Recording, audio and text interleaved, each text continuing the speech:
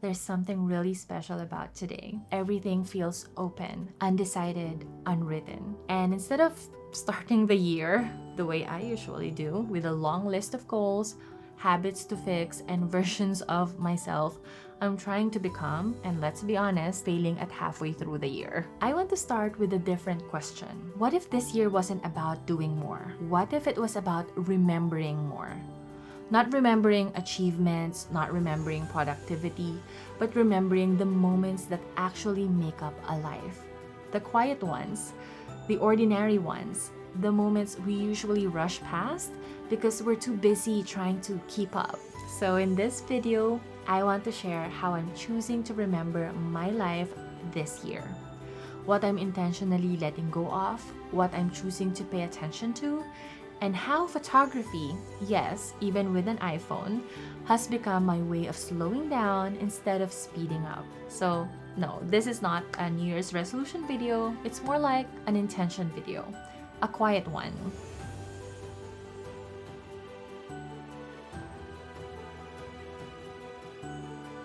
Hi, I'm Rose. I'm a mom, creative entrepreneur, and an iPhone photography teacher. But more than that, I am someone who spent years rushing through life, documenting everything, and still feeling like it was slipping through my fingers.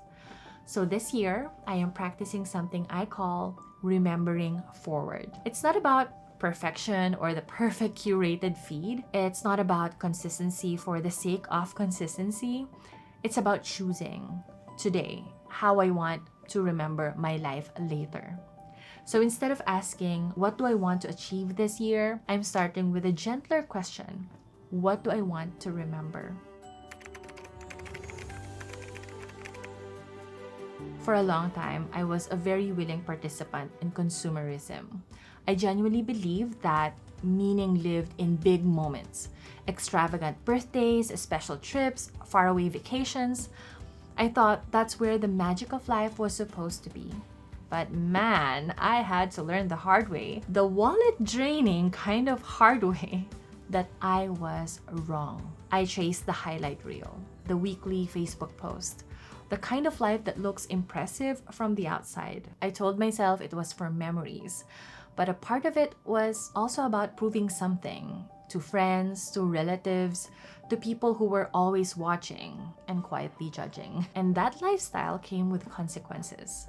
Debt, pressure, that constant feeling of needing to keep up. But after sitting with the cost of all that, after choosing to slow down, live more simply, and step away from the chase, I realized something that changed everything for me. The magic of life isn't in the milestones. It's not in the big trips or perfectly planned celebrations. It's in slow mornings, messy afternoons, quiet moments in between. And yes, I know that sounds cliche, but just because something is cliche doesn't mean it's not true. Because when I really look at my life now, my favorite moments are not the ones I spent the most money on. They're the morning cuddles, the chaotic conversations over lunch, the short afternoon walks near our home, especially during golden hour, when everything feels softer and warmer. And here's how I know these moments matter most. There was a season when our daily routine felt fragile, when I was afraid we might lose this quiet life we're building. And in that fear, something became very clear to me. I wasn't afraid of losing vacations or big birthday celebrations or things worth posting online. I was afraid of losing these ordinary days. Because when you strip everything else away, this is my life, 90% of it. And when I look back, these are the moments that hold the most weight. So this year, I'm choosing something simple, but powerful. I want to remember the ordinary days and learn to see the magic in them. This year, I am letting go of the need to document everything perfectly. I am done trying to capture every moment beautifully for the algorithm, for Instagram, for Facebook, for anyone watching. You know the phrase, do it for the gram. Or worse, do it so people will be impressed. But this year, I am choosing something different. Fewer photos, softer photos, imperfect photos.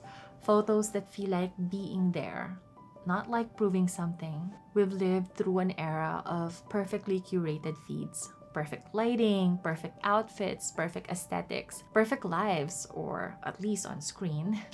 And that culture quietly taught us something dangerous. It taught us to fake moments, to perform our lives instead of living them, to document for approval instead of memory. And I say this as someone who made a living from photography, someone who tried Instagram marketing, someone who curated her Facebook feed to look impressive. I learned, again, the hard way, that none of that actually feels meaningful. It looks good, but it doesn't feel good. People don't connect to perfection. They connect to honesty. They connect to the imperfect moments because that's what real life actually looks like. There's a reason why the phrase "nobody's perfect" exists. And it's not a weakness. It's what makes us human. So yes, it might sound counterintuitive, but perfection doesn't connect. Imperfection does. And just saying that out loud feels so freeing. Letting go of perfect documentation feels lighter, softer, more honest. So I want to give you that same permission. You don't need to capture everything. You don't need the perfect light. You don't need approval. Take fewer photos. Take softer ones. Take the imperfect ones. Photograph moments the way you want to remember them years from now. Do it for yourself first. For a long time, photography felt like pressure for me. I used it to perform, to curate, to prove that my life looked good or good enough on Facebook, on Instagram, for people watching. Unfortunately, that version of photography didn't give me joy. So I changed the way I relate to it. Now I treat photography as a tool for presence. Photography no longer feels like pressure. It feels like permission. Permission to pause, permission to notice, permission to stay. I take photos now because I want something to look back to or to come back to. Something my family can look at years from now. When my son is older, when my husband and I are old and gray. I want us to look at those photos and remember how it felt. To say, wow, our life was beautiful. Not perfect, maybe chaotic, a little messy, but beautiful and full of heart. And here's the part that changed everything for me. It doesn't take 1,000 photos to remember a beautiful life. Just a few honest photographs, a few quiet anchors, enough to bring you back. Some moments don't need to be photographed at all, like early morning hugs, before we've even brushed our teeth, before we've fixed our hair, before the world wakes up. Those moments are too delicate to interrupt, so I don't take photos then. I just stay. I breathe it in. I let it pass through me. Sometimes I take one photo, sometimes two, sometimes none, and all of those choices are enough. This year, I don't want to be the invisible observer of my own life. I don't want to be the one always behind the camera, documenting everyone else, but never fully existing inside my own memories. I want to be in the frame. Not for a curated feed, not for approval, and not to perform a version of my life that looks good online. Thinking about it, I'm actually glad that the influencer era is kind of fading. The pressure to curate, to compete, to constantly polish, it's exhausting. I miss the messy era of social media, when photos weren't perfect, they were real. When your feed wasn't a brand, it was a memory box. That's what I want to return to this year. So yes, remembering forward means this. Let's be in the frame of our own lives. Not just photographing coffee cups and vacations, but capturing ourselves inside the moment, laughing, existing, feeling. Not performing life for an audience, but honoring it for ourselves. And if there's one thing I hope you take from this entire video, it's this. Notice the magic of your ordinary days. Let go of perfect documentation. Use your camera, your iPhone, your mirrorless camera, whatever you have, as a tool for presence, not performance. And allow yourself to be seen inside your own story. Here's a quiet trap I want to help you avoid. No shame, just honesty. A lot of us think, I'll remember this, but memory is fragile. Photos are not about holding onto everything. They're about honoring what matters. Take it from someone who made a living photographing people and also photographing her own life. You won't remember the thousands of photos in your camera roll, but you will remember a few. And when you start choosing those few intentionally, something shifts.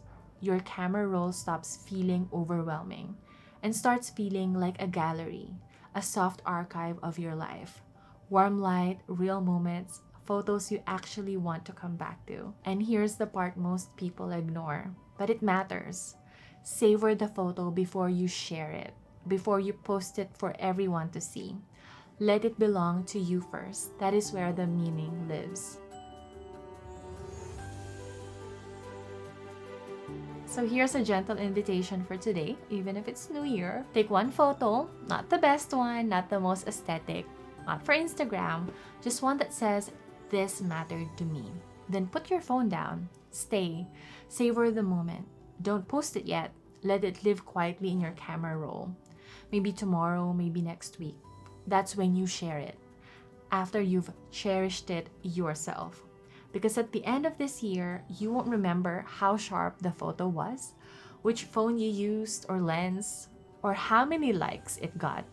You'll remember how the day felt, who you were becoming, and how present you allowed yourself to be. That's the real archive. And if you want to learn how to use your phone not as a distraction, but as a tool for presence, I created an iPhone photography masterclass on Skillshare for exactly that. It's less about settings and more about seeing. You can start with a 1-month free trial using the link in the description below. And when you join Skillshare, you don't just get my class, you get access to thousands of classes from creators all over the world. There are mindful classes there that I personally love, ones that help me slow down, breathe deeper, and stay grounded in seasons like this. So if that feels supportive to you, it's there. And if you want to stay here with me this year, I'd really love that too. Because this year, we're not chasing a better life, we're learning to notice the one we already have. Happy New Year again, and don't miss it.